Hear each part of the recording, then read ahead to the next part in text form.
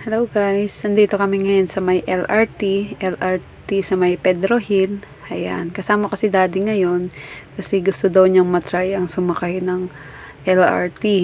Ayan, dahil ako naman ay marunong na. Ayan, sinamahan ko siya. Tapos sa baby video ko na din kung anong feeling niya.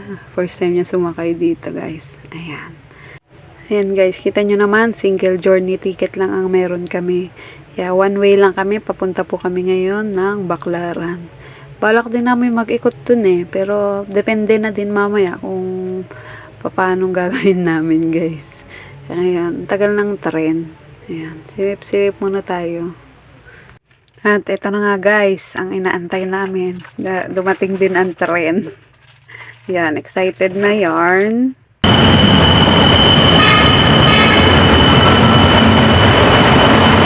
At ito na nga guys, tayo ngayon ay papasok na sa tren. Ayan.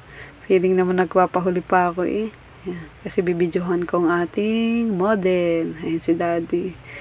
Ayan. Tapak na dyan. Kaso guys, masyadong madaming tao. Kaya ngayon, ayan. Nakasakay na rin tayo sa wakas. Kaso, standing position tayo kasi maraming tao guys. Nasa kalagitnaan na rin naman tayo ng station. From Monumento to Baclaran guys. Kaya no choice. Kailangan natin tumayo guys. Yan guys. Tamang chismis muna kami ni Daddy. Kasi nakatayo kami. Wala kaming choice. Ayan. Sabi niya sa akin para din daw kami nakasakay sa barko. Yan guys. Kita nyo naman. Kapit na kapit. Baka daw kasi siya matumba. Yan guys. Ayan. Pababa na kami guys. Ito yung aming ticket. Ayan, nag-aabang na yun sa may pintuan. Ayan, excited din tinatanaw na yung labas. Ito na nga, we're here at Baclaran. Ayan guys, baba na tayo.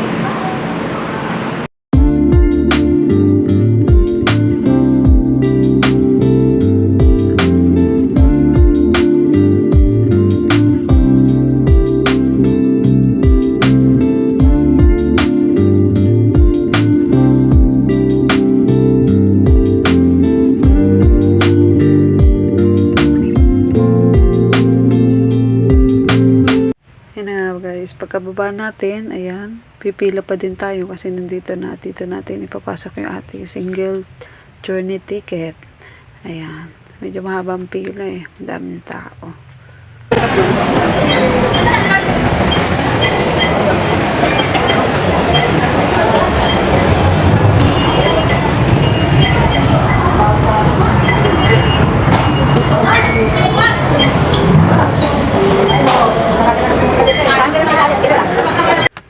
At ayun na nga guys, si Daddy na ang sumunod. Ayan, ang bilis naman yung natutunan. Diba, sa ipapasok na lang naman yung ticket. Ito na nga guys, pababa na kami dito sa may Baclaran area. Ayan, kung saan madami ng tao to guys.